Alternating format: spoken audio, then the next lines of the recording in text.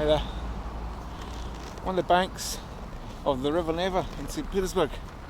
When I say river, it's as you can see, it's frozen, mostly frozen.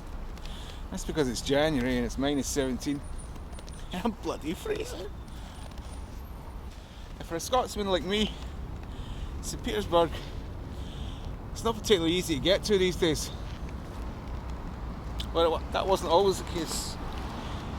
Used to be a thriving Scottish community here back in the 18th, 19th century. Merchants, military guys, all making their way here to make their fortunes. Some of them succeeded, some of them didn't, of course. But yeah, a lot of them have made their mark here. I'm going to go and see if we can see any evidence of that. In fact, I know there is, but we'll see what we can see. Now, some of these guys were from noble families, second sons, no chance of inheritance, so they buggered off somewhere else looking to make their fortunes. Others were nobles trying to escape the failed Jacobite rebellion and the repercussions coming their way. So they legged it over here into, you could say, mercenaries? I don't know. I wouldn't go that far. But yeah. And others were just businessmen spotting an opportunity in the newly formed Imperial capital of St. Petersburg. The old Imperial Navy Jack flying. There's guys like Thomas Gordon, Admiral Thomas Gordon. He was a Rear Admiral of the Red, or was it the White, or was it the Blue? I can't remember. I think Menshikov was the Blue, and some sort of Dutchman or a Danishman was the White. Anyway, Peter the Great had modelled his navy on the British Royal Navy. And Thomas Gordon was a Scotsman. Thomas ended up as the first governor of Kronstadt, which is way over there, out in the Gulf of Finland, a little fortress protecting the new imperial capital.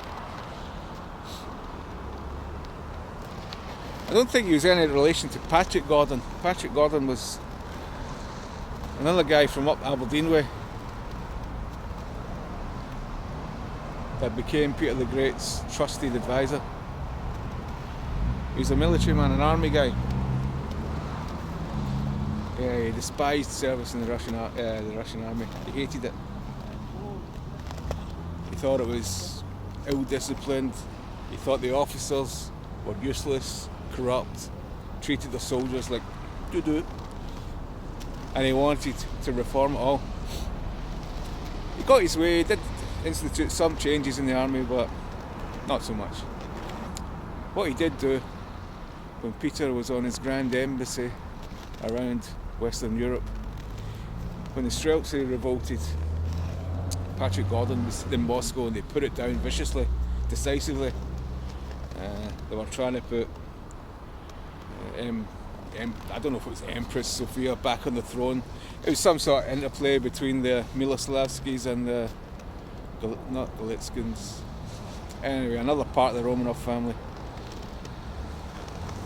Peter was their half-brother or something like that, and when he was away they tried to reinstate Sophie or instate Sophie in his place. Basically a palace coup. But Gordon put that down. And for that, Peter the Great was eternally grateful. It's said when Gordon died, Peter the Great was there and he used his own hands to close Patrick's eyes. They were a great buddies and part of the Jolly Company, which basically means they like to get absolutely rat-arsed. They've done a lot of drinking and a lot of fighting together. So it's just guys like that. I wouldn't say they played a major role in the history of Russia at all, but they played a little part. The names liveth, honoureth, forevermoreth, as they say. That's Peter and Paul Fortress. That's where all the Tsars of the Romanov dynasty are buried.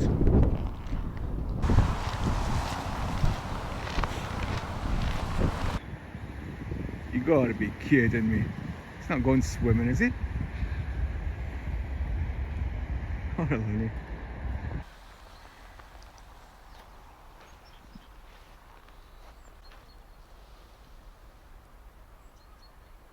I know what you're thinking. Of all the cathedrals and churches in St. Petersburg, why is this one so special? Why are you starting your tour here? This is the cathedral that commemorates the Battle of Chesme. It was commissioned in 1780 by Catherine the Great in honour of the destruction of the Turkish fleet. The Russian Empire and the Ottoman Empire were going at it quite a bit back in the day. And the Russian Empire had a lot of foreigners in its service. And a decisive role in the Battle of Chesme was played by a Scotsman by the name of Samuel Gregg.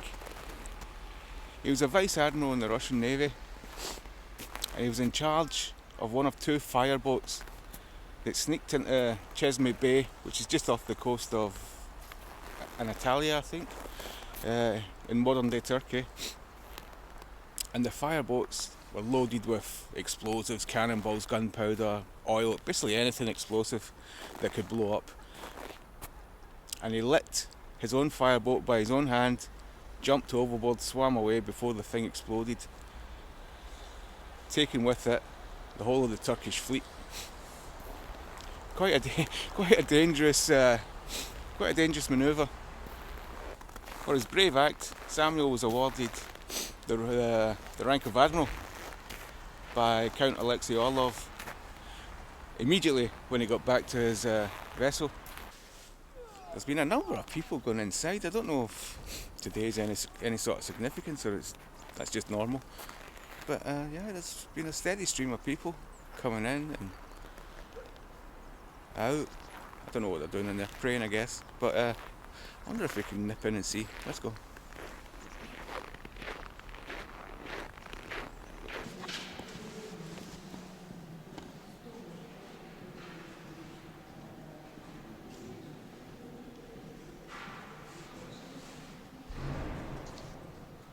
Greg had a number of decisive battles in service of the Russian Navy. He had a couple of others against the Ottomans and once against the Swedish in the Baltic. He's buried in Tallinn at a Lutheran cemetery in modern day Estonia. But he had a son, Alexei Gregg, who had a spectacular naval career in the Russian Empire.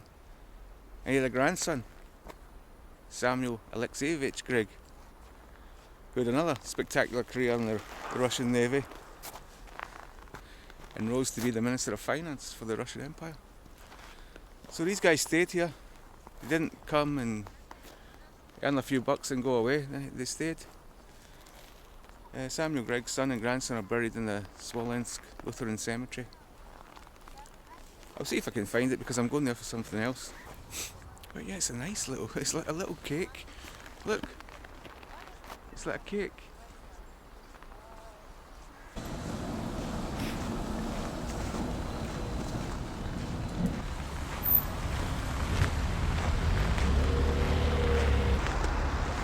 The House of the Soviets.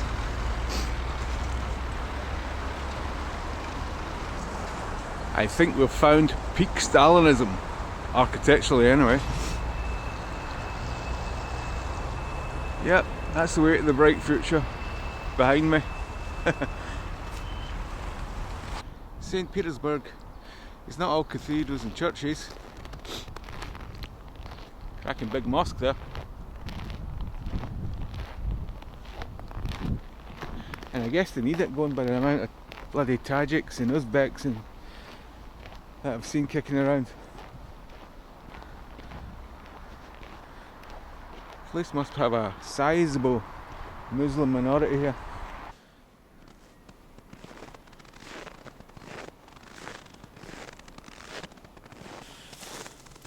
Well, this has turned into a bit of a failure.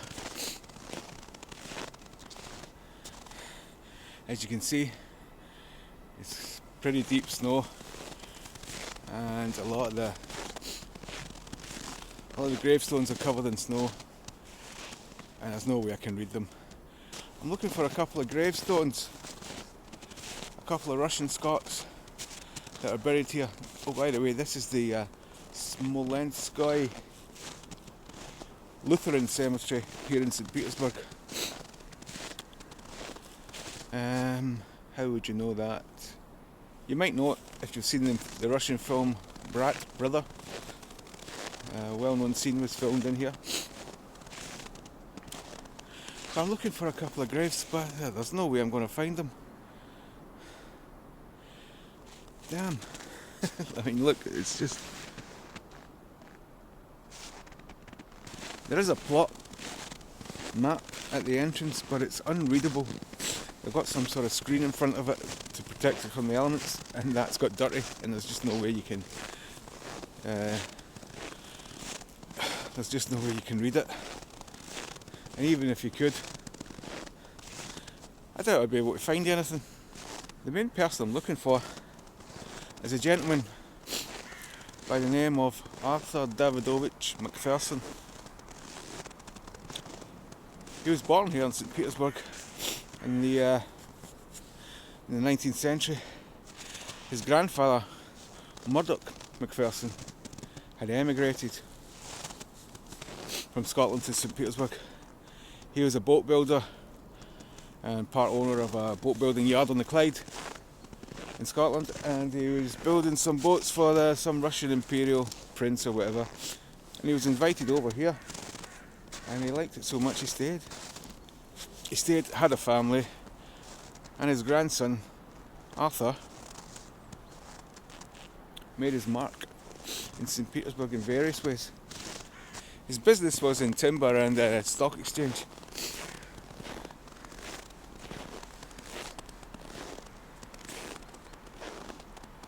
But he was also a keen sportsman,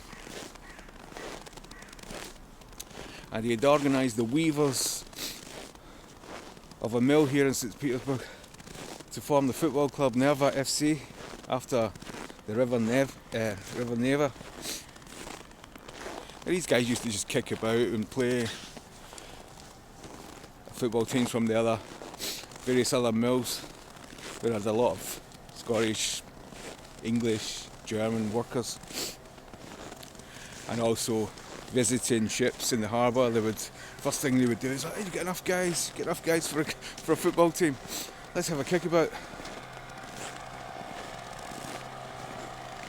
And so they would get together and play at the weekend.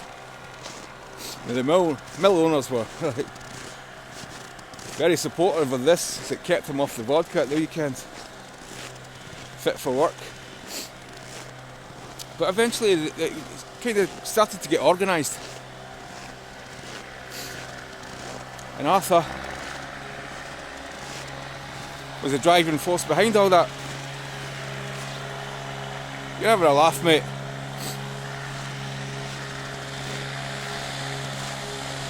So he got it all organised, codified, and eventually his little organisation gave birth to the Russian Football Federation, and Arthur was the first president. He was also a keen rower and a tennis player. God knows where he found the time. But he organised the St. Petersburg Lawn Tennis Association, which grew and grew, absorbed other things, and eventually became the Russian Tennis Federation. He was part of the committee for the Russian Olympic Committee in 1911. And as I said before, he was the first president of the Russian Football Federation in 1912. Unfortunately for Arthur, during the revolution, sports like football and tennis were seen as bourgeois. Oh yeah, fucker. Excuse me. See, the dangers are going off the path.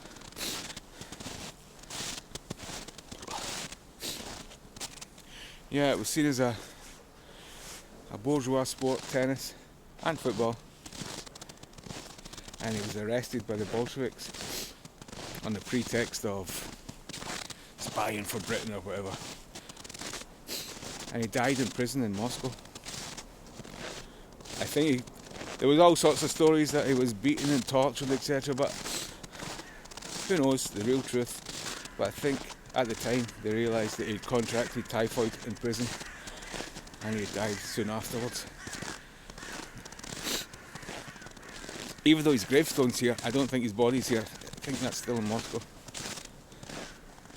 In 2012, on the centenary of the Russian Football Federation, Vladimir Putin honoured him in his speech, congratulating the Russian Football Federation on 100 years.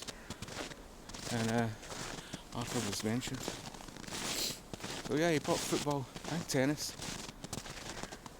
and rowing to Russia. And apparently his grave is not that impressive, it's kind of small. There's no way I'm finding it in this, which is a shame. Also buried here are Alexei Gregg, Samuel Gregg, Charles Baird. Yeah, a lot of Scottish people.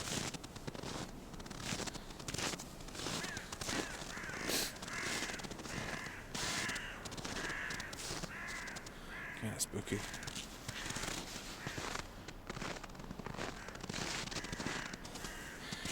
As I mentioned before, Arthur's grandfather was a boat builder, and his shipyard is not too far away, and it's still there. It's grown substantially, and it's called something else, but it's still there. Let's see if we can find it. I'm sure a shipyard won't be as hard to find as a little gravestone.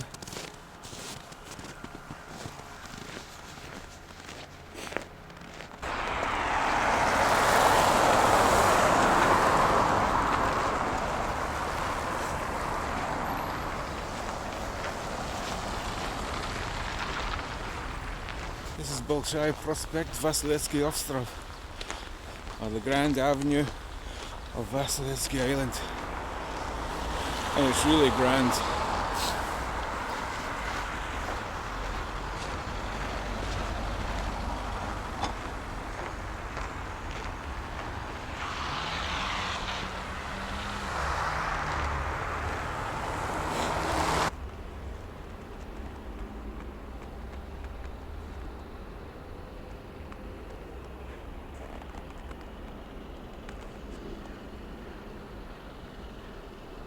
Behind me there is Baltijski Zavod, Baltic Shipyard.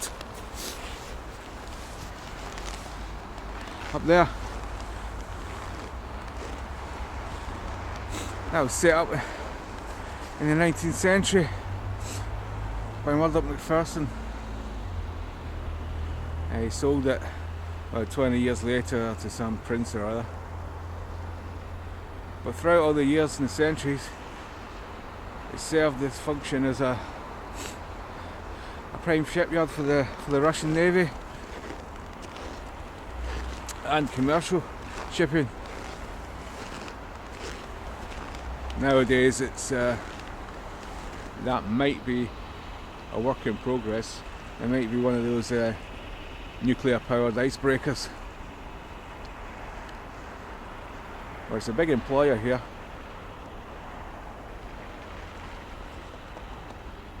And just look at it all. All the way down, docks, yards, loading, building, constructing, unloading goods. Everywhere you look here, there's big, grand, imposing buildings. It's fantastic.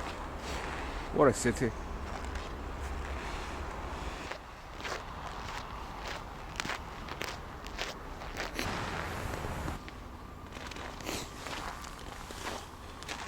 This is the Berdoff Bridge, Priyazhka River.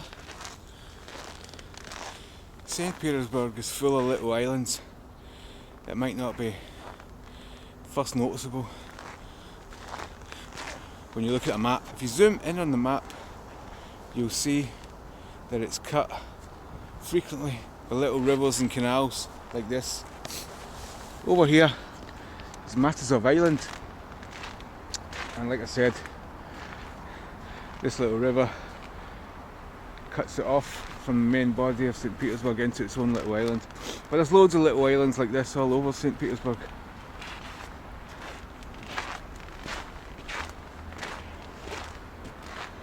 Ah, dead end. I'll go back over here then.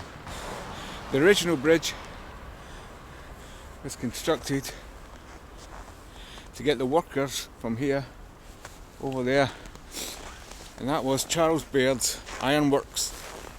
Charles Baird is a Scottish engineer. They made an ironworks foundry over here. It's now part of the Admiralty shipyard. But for a long time it was the biggest engineering enterprise in St. Petersburg. Russia's first steamship, the Elizaveta, was built over there. Went all the way to Kronstadt and back. Had a monopoly on that route for about 10 years. And the Baird Works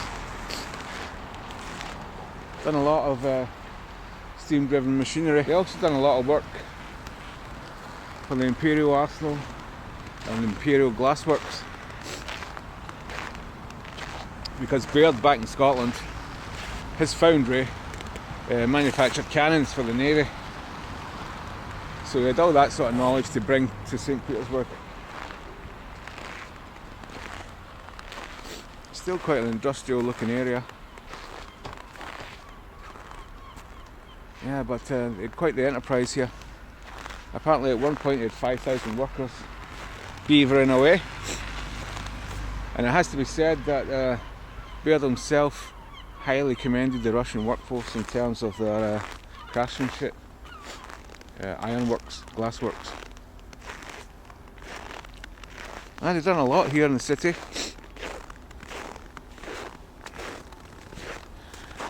Baird's nephews came over and they were all engineers and they had done various things as well.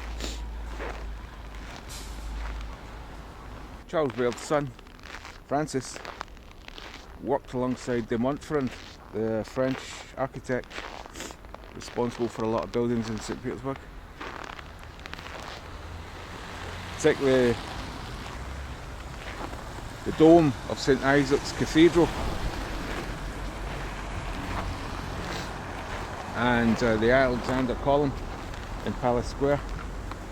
But yeah, this was like a real thriving industry here.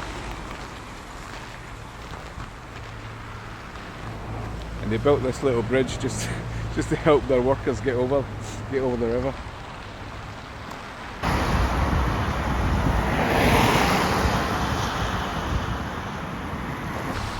That's Admiralty.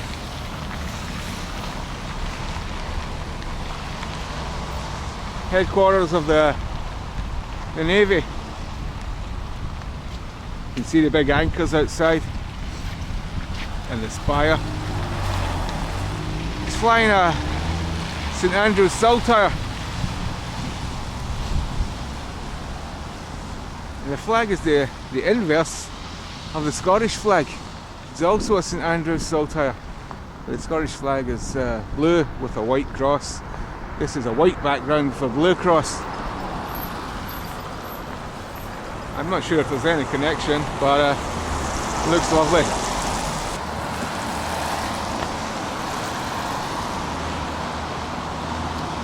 I wonder who lived there.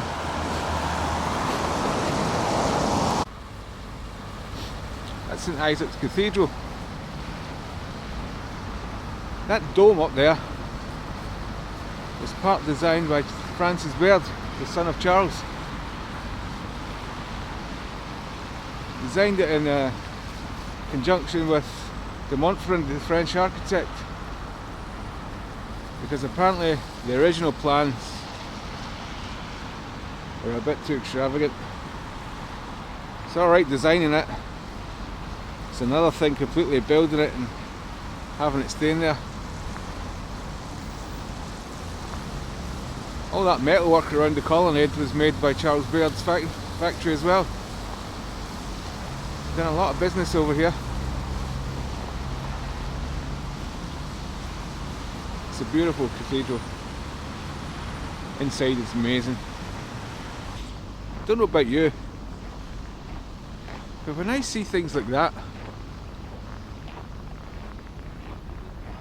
you know, as well as being amazed at how nice it is and, you know, what it stands for,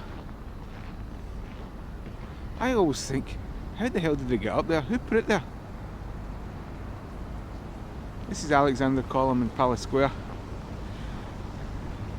It's an angel, but it looks like Emperor Alexander I, and all the bronze work was taken care of at the Baird Ironworks.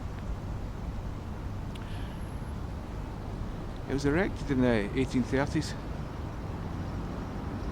and it took about 3,000 men less than 2 hours to get it standing there, and it's not moved a bit since that time. The person who supervised it was Charles Baird's nephew and an engineer called William Handyside. He was in charge of getting this upright. He developed, obviously there's no modern cranes or anything like that. There's all sorts of pulleys and ropes, etc. And he devised a method of erecting it. In fact, he presented a paper on it to the Edinburgh Philosophical Society about the movement of the Great Pillar of St. Petersburg.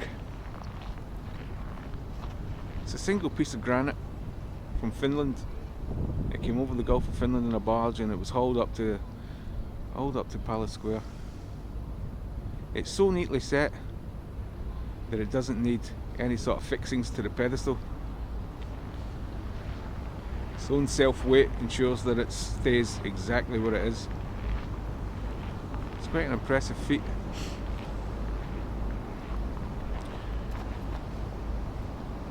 And what a place to put it. I mean, come on.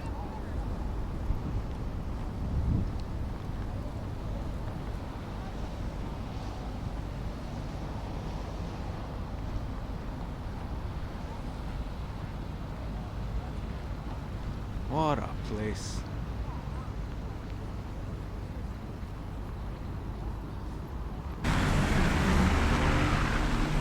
Angielski Prospect. English Avenue. It's quite ironic it was called English Prospect or English Avenue, because back in the day all the English merchants used to complain that the best way to succeed in St. Petersburg was to be born north of the River Tweed. Now the River Tweed was like the de facto border between Scotland and England. So basically they're saying that if you were Scottish you had a much better chance to succeed here than if you were English. But yet they've got an avenue and an embankment. So they couldn't have been that disadvantaged.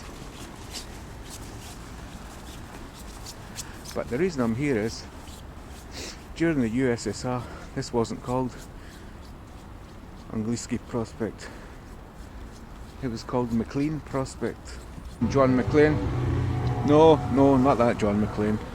Not the yippee-ki-yay, you know, not the die-hard John McLean. Another John McLean. A school teacher. But not only a school teacher, he was a revolutionary socialist, a Marxist, that fought non-stop for a revolution in Scotland and Britain. He had frequent correspondence with Vladimir Lenin about how to achieve that. He actually went to prison in Scotland for his beliefs. I think it was sedition, I believe. But he spent a lot of his time latterly between Scotland and Ireland, where he came to the conclusion that the biggest threat to the world was the British Empire, and it absolutely must be dismantled by any means possible. You might agree or disagree with that, I don't know, but that was his beliefs.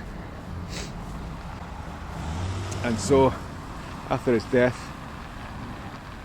he was honoured by the Soviet Union and had this avenue named after him. I think he also had his image on a Russian postage stamp or a Soviet Union postage stamp. I believe it was the 4 Kopek stamp.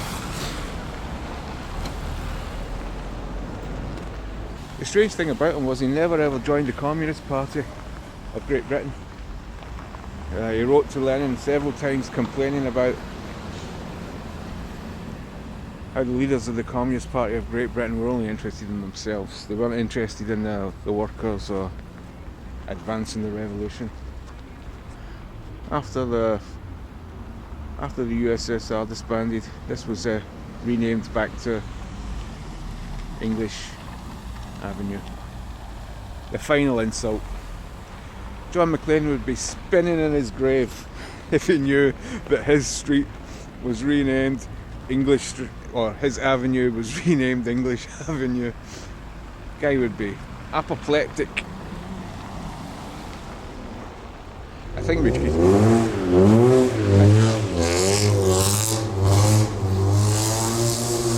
No matter where you go, there's always a twat in a car. I think it should be renamed, actually. They should rename this.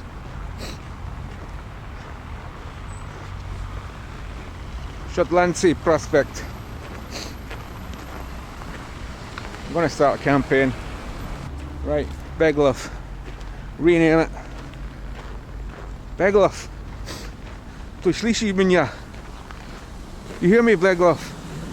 Rename this. Shotlandsey Prospect.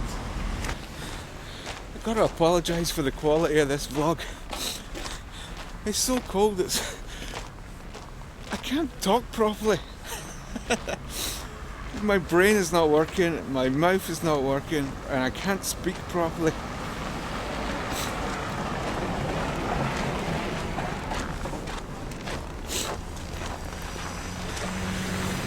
I look what I'm trying to say. I look at my phone to see what I'm going to say, and by the time it comes to say it, I forgot. It's fucking ridiculous. I had such high hopes for this, but it's turned into a bloody disaster. Never mind. Hopefully there'll be better to come once I get used to the weather.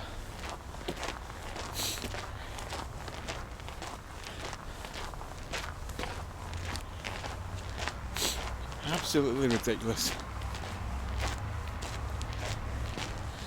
It's like in the space of 5 seconds I've forgotten what I was going to say. Right, I'll say this, I'll say that. What? Oh man.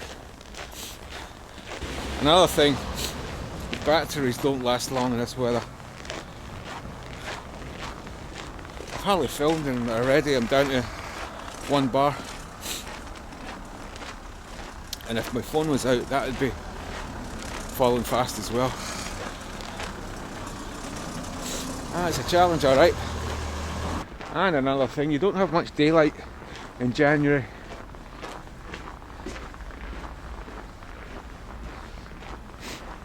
So you gotta get out and get it all done first time. And that's just not happening.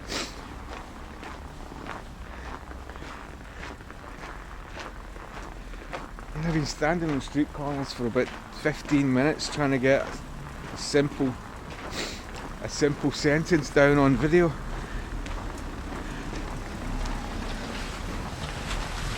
Ridiculous.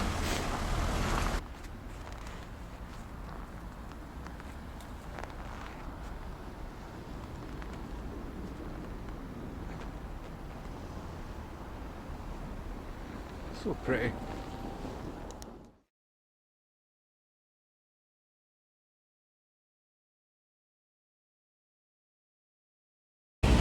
citizens. When the shelling begins, this side of the street is the most dangerous.